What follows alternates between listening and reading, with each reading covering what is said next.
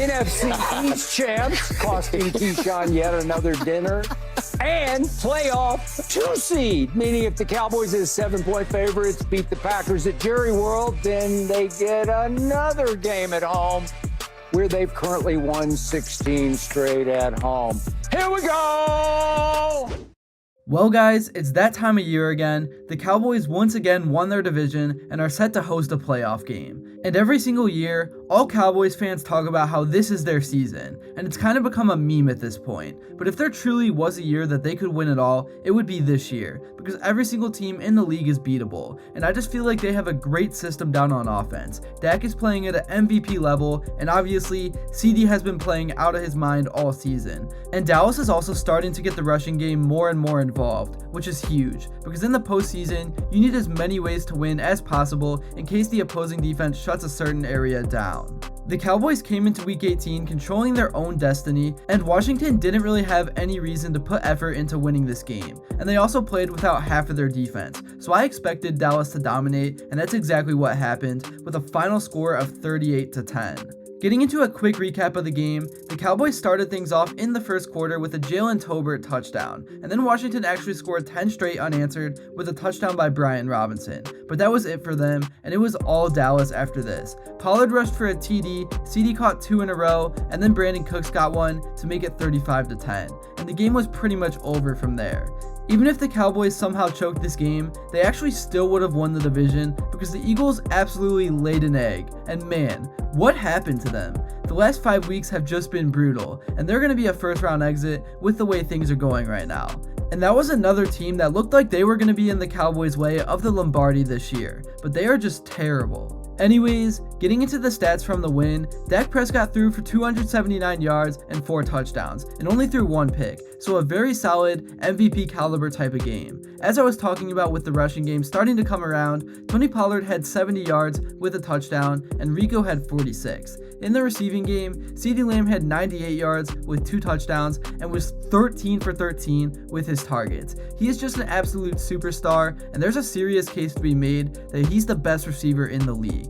But I know how he and Dak does in the playoffs when it really matters is how we will truly know, because I'm definitely starting to get the vibe that Cowboys fans are tired of just the regular season success. They need to go on a run. And because of that, I still think Dak Prescott is kind of on the hot seat. Now, I don't think he will lose his job because he's been so phenomenal all year, but the last couple of seasons have kind of been a repeat of themselves. The Cowboys go 12-5, they pick up some momentum before the playoffs, then they completely choke. So Dak needs to lock in and make sure that doesn't happen.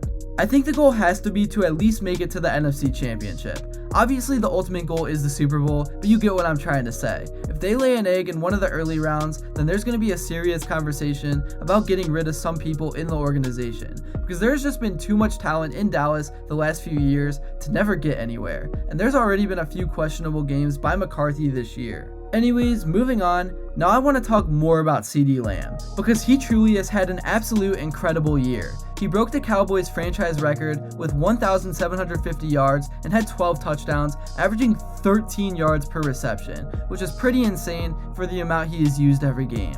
And to sustain it is something that only a few people in the world can do. But like I said, now it's the playoffs. Defenses are going to be prepared for them, and even though he's that good and is an automatic 10 receptions per game, some of the other receivers around him, like Cooks and Gallup, are really going to have to take advantage of the opportunity presented to them, because they will have one-on-one matchups all day long. Before I continue on, I would really appreciate it if you would drop a like and subscribe if you've been enjoying the video so far. It only takes 5 seconds, plus you can always change your mind, and your support truly means the world. Alright, now looking ahead to the first round, it was just announced that the Cowboys will be hosting Jordan Love and the Packers on Sunday at 4:30. And I think this is the perfect matchup to start things off for Dallas to get in the rhythm of things. Because in terms of talent, Green Bay is outmatched, and the Packers are the youngest team in the league. So I think the Cowboys should run all over them, even though it is the playoffs and anything can happen. So you have to take every detail very seriously, and if they were to win this game, then they again would most likely have a favorable matchup in the second round, so there is no excuse not to make it far. They just need to play within themselves and let Ceedee make some plays. And if he is double teamed, you can get the ball to Jake Ferguson as well. Alright, now moving on to the defense. It hasn't been great, but it definitely hasn't been bad. And the studs like Micah Parsons are really going to have to come ready to play. They of course only allowed 10 points to Sam Howell in Washington, but again, that was a meaningless game. And in the playoffs, they need to allow under 20 points a game, because in most of their losses, the score has been around the 21 to 28 range.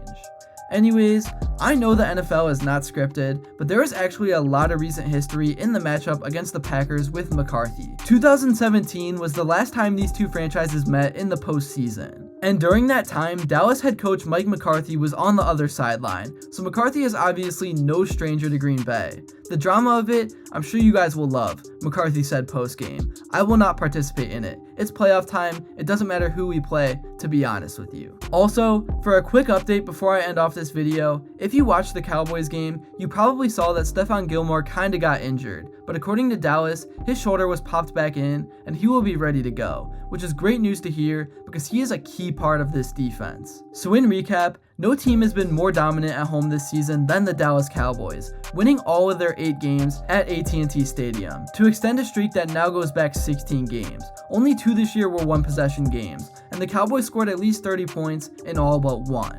As part of one of the youngest teams in the league, few current Packers players called McCarthy coach, and running back Aaron Jones is one of them, because of course, like I said, this team is so young, so nobody was really on the roster back then. That's really all I have to say for this video. Thank you all so much if you made it to this point, and if you enjoyed and haven't yet, I would really appreciate it if you would drop a like and subscribe, because your support truly does mean everything. Also, let me know what you would like to see next, because it's of course now time for the big stage, and there is just so much to talk about. But until then, I will see you all later.